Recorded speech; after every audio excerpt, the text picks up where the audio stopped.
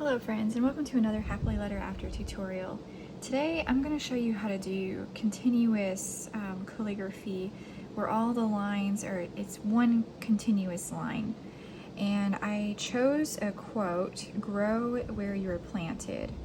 So first I have my canvas, it's 3000 by 3000 pixels. You can definitely follow along on paper if you prefer. It's pretty much the same steps. Obviously you're not going to be doing the same things with the brushes that I am, like going into the to the brushes and the palettes and all of that, but you can still follow along on paper.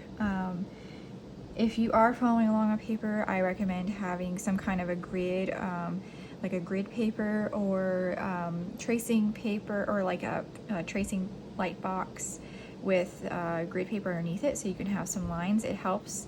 I find that having straight lines helps me when I am planning out a piece like this. So first what I'm going to do is, to get that grid, I'm going to go into the wrench icon here, and under Canvas, I'm going to turn on the drawing guide, and I'm going to edit the drawing guide to make it a little bit bigger. So let me make this, I don't want to make it too big, but I want it to be a decent size. So I think at this 189 pixels is pretty good. So I'm just going to click done. And then you're going to want to go into your color palette and pick a color. I recommend picking a color that we're not going to use. So this is the color palette I have picked for us, and I will leave the colors for you in the description.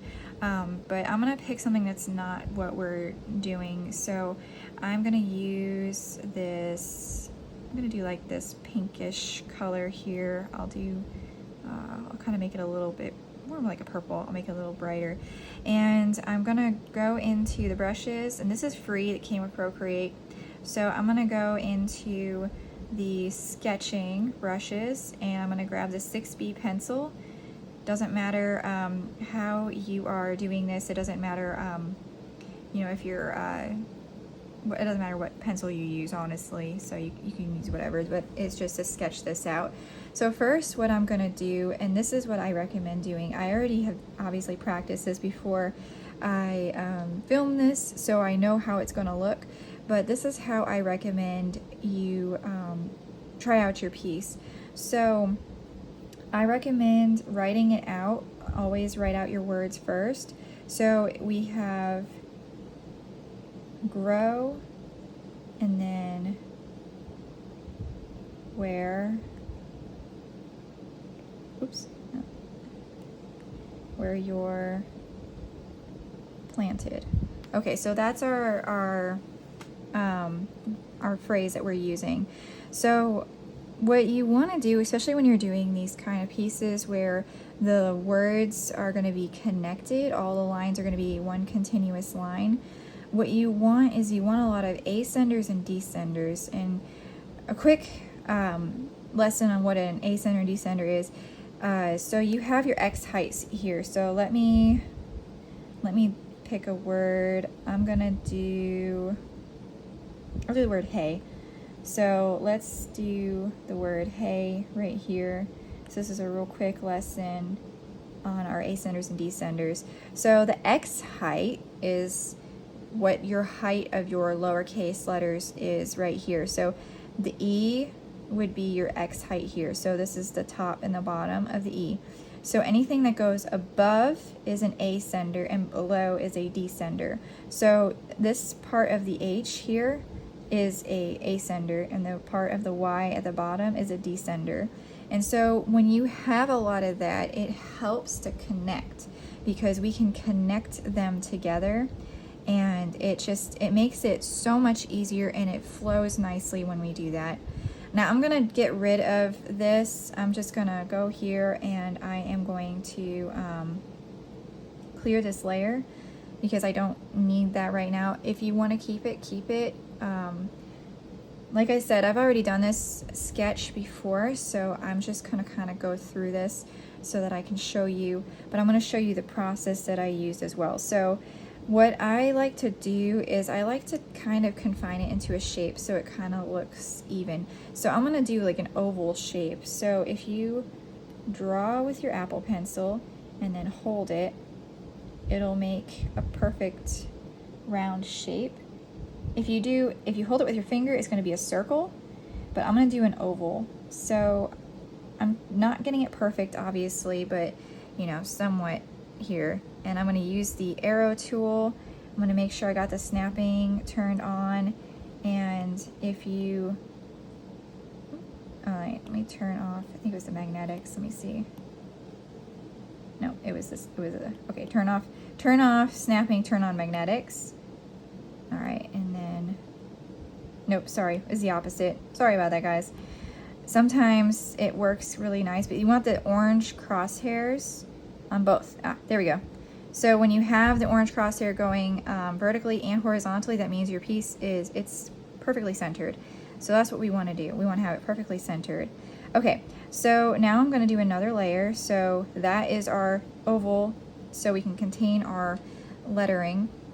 And now we are going to sketch out our words. Now you can use a different color.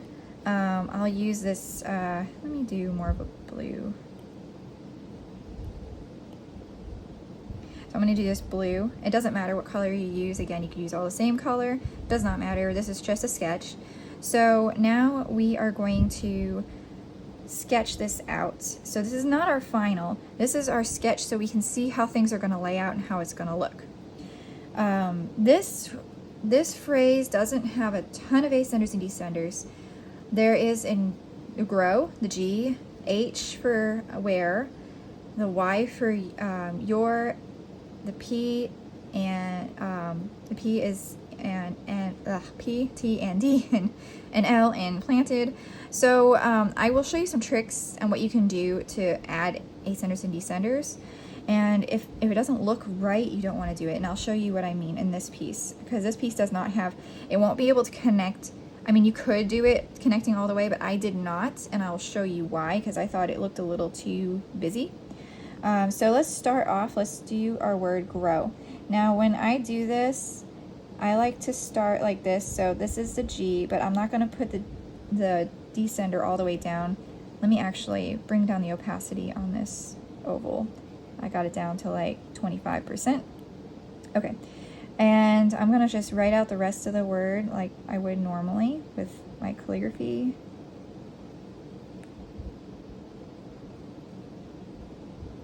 And try to keep it within your oval.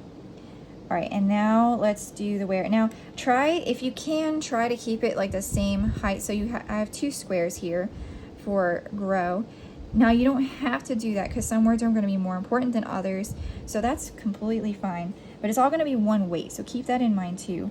So you want to keep it somewhat consistent. All right, and so where I'm going to do the W. Now I think the G and the H will connect very nicely because it's a descender connecting to an ascender.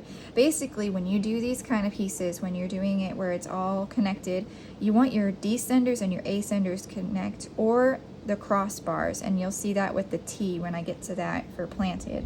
So let me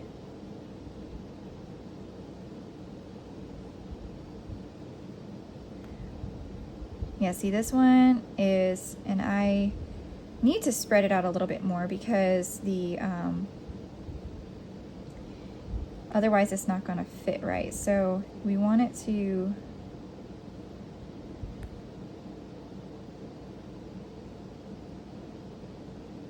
fit the space.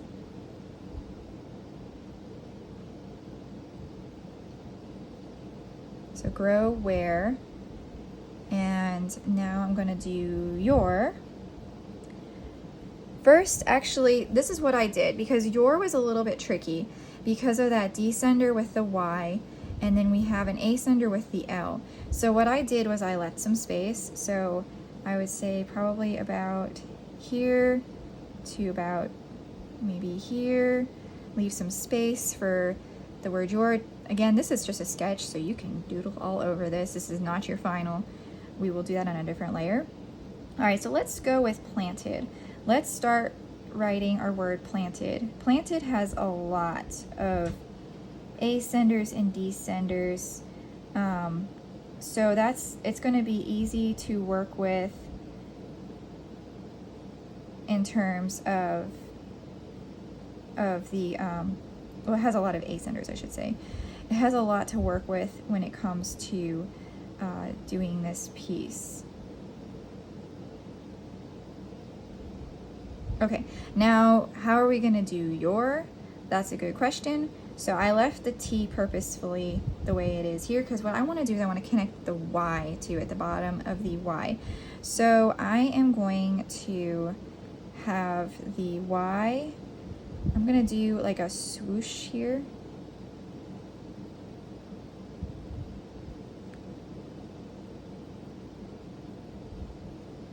See how it connects so beautifully. Actually, I think this looks better than my piece that I did when I practiced before I filmed this. And then you want to do your O-U-R and your E. Don't forget your apostrophe. Now, I don't like how the where is a little, it feels a little too squeezed. So what I can do is I can grab this ribbon tool and I have it set to freehand right now. So what I can do is I can kind of move things up. So now with the freehand and then I go to the arrow tool, I'm gonna just tap and move things up just a little bit. That's the beauty of working digitally, or even with pencil and paper. It doesn't matter if this looks a little funky, we can fix that with our final. I just don't want it to look too squeezed in. Okay, so I think that looks much better. We have space. The your is nice, it's okay. If it's small, it looks fine. And we can even add like a little curl there, which I actually like. This actually looks better than the one that I did, and I can show you how that looks afterwards. Now we have this space down here. What can we do with that? This is where we can create a descender using a letter. Now we can do that in a couple different ways. We could do it with the A or we could do it with the N. We could do it with the P, but the P is just so, I feel like it's so awkward because it's all the way over here on this left hand side and it feels kind of forced. The N is perfectly in the middle here. So what I am going to do is I'm going to erase this and I am going to make a swoosh down at the bottom. And it doesn't have to go all the way to the bottom, that's fine, because you still kind of get that nice oval texture to it. Okay, this is our sketch. I hope this wasn't confusing. You can always watch more if you need to. And I'm actually going to make my N a little bit wider here because I didn't like all that space between the T and the N, and you want to make sure it's visually spaced out well. Okay, so now what we can do, so we got our sketches, and you can turn the opacity down, go to the N. I'm turning mine down to 36, hope you could still see that. And I'm going to add another layer on top. Now this is where we're going to do our final lettering that we're going to just trace over. So the hardest part is sketching. And obviously this went by fast because I've already practiced this, and so I knew what I was going to be doing for this. But when you go to do this, I recommend doing a couple different sketches, see what feels better for you. I had to do that. See what looks best to you and then go with that. Okay, so we're going to go to our brushes, and another free brush that came with Procreate. We're going to go to the calligraphy and we're going to use the monoline brush. I have mine set to the maximum, size is 100, opacity is 100. And I am going to use pure black. So if you are on your color wheel, you double tap the black. Down here, it'll give you the pure black. And this is just for while we are doing the sketch. I will show you how we're going to color this later. All right, so I like to work at an angle because I kind of write slanted. So I slant my paper or my canvas, and sometimes I slant my iPad, but because I'm filming, it's just going to be this canvas. All right, so it's all monoline. It's not going to be like when you do calligraphy where you have the different weights. This is all going to be one weight. And I find this works really well if you're doing these pieces where the letters connect. It seems to flow better and it looks a little more cohesive. You can do it with the different weights and it looks good. I just prefer to do it this way for most of it. Unless I'm doing smaller pieces, but when you're purposely wanting the whole piece to be like this, I kind of like to do it where it's the same weight. So let me show you. We're going to just go ahead and actually I think I want to leave just a tiny gap. It's kind of hard when you have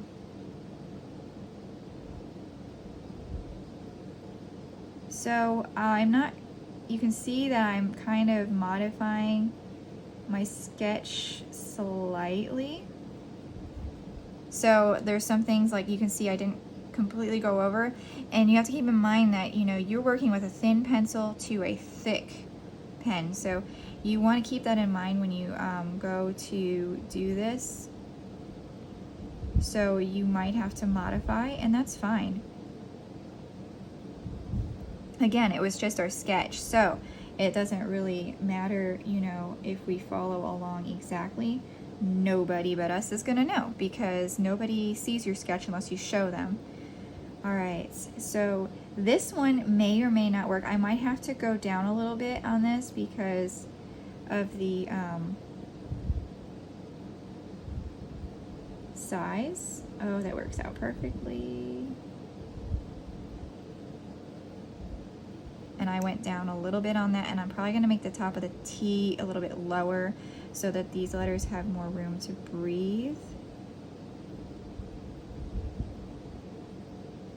Yeah, see, it's more of a suggestion when you do your sketch.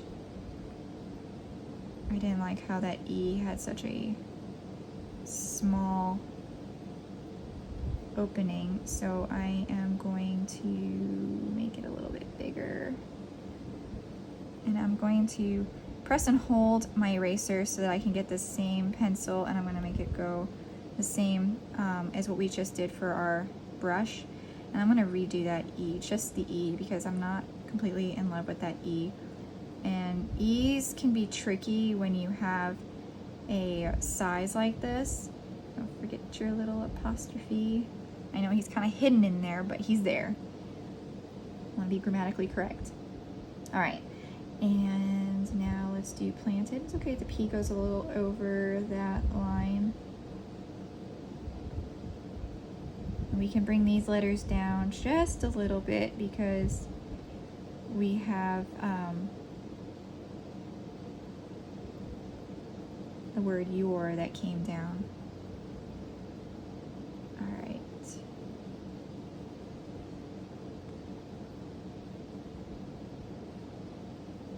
Okay.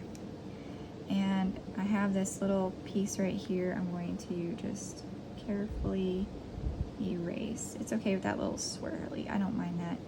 Okay. So now we have our final sketch here. We can turn these two layers off now. We don't need them anymore. Now we are going to color this. It's so much fun. I love coloring.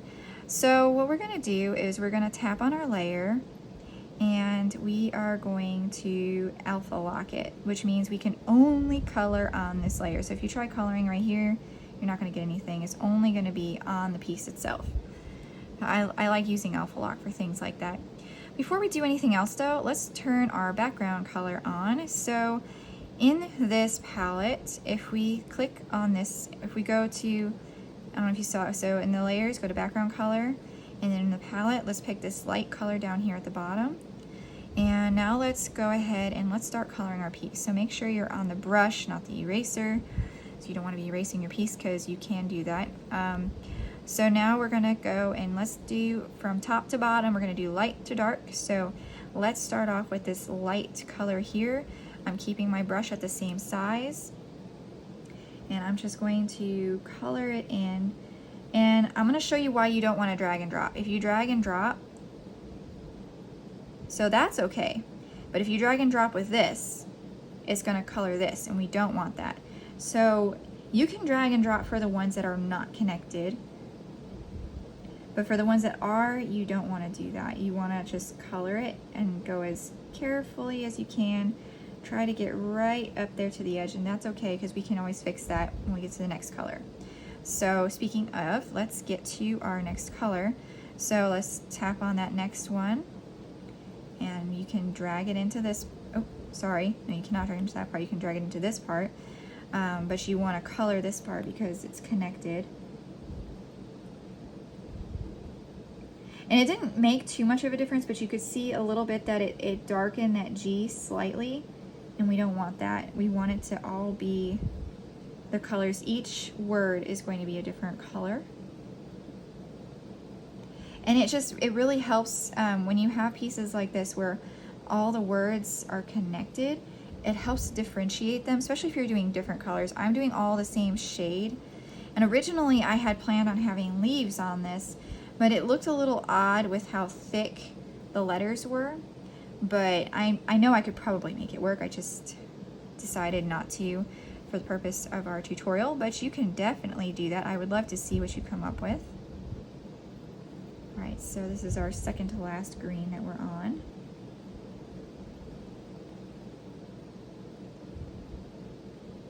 But yes, I like this swirly Y much better than the Y that I originally had done in my first sketch. And I want the T, the cross of the T, to be over the T. So I'm gonna color over that part a bit because it's easier to just go back over that than it is to try to fix it the other way. So let's do this dark green next. And I actually forgot a step and we're gonna have to go back. That was my bad. I will show you what that step is. I forgot we were going to make a little bit of a shadow if you wanted to, and I forgot to do that step, but that's okay. Okay, so get right up to it. Oop. 2-finger tap will undo. If you don't have that set up, you can go into your settings on the wrench icon and you can set that up. There. So it looks great the way it is, but we can also add that shadow to it. So what we're going to do, I'm going to go ahead and I'm going to turn off the alpha lock for right now, and I am going to duplicate this layer.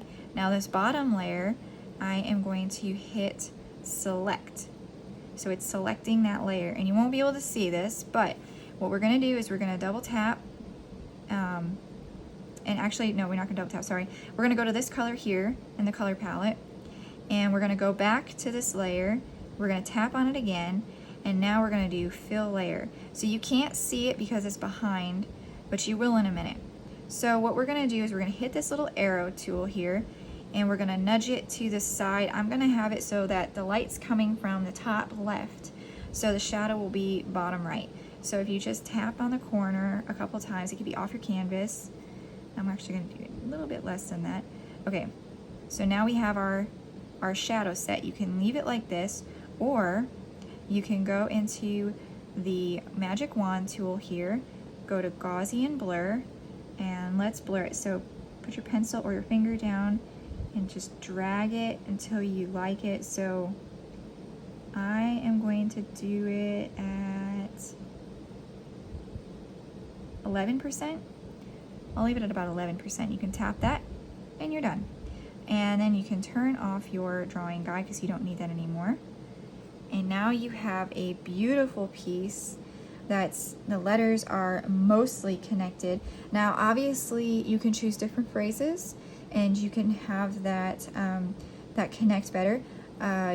You can have, there's so many different possibilities, names and other phrases, sentences, quotes, but the possibilities are endless.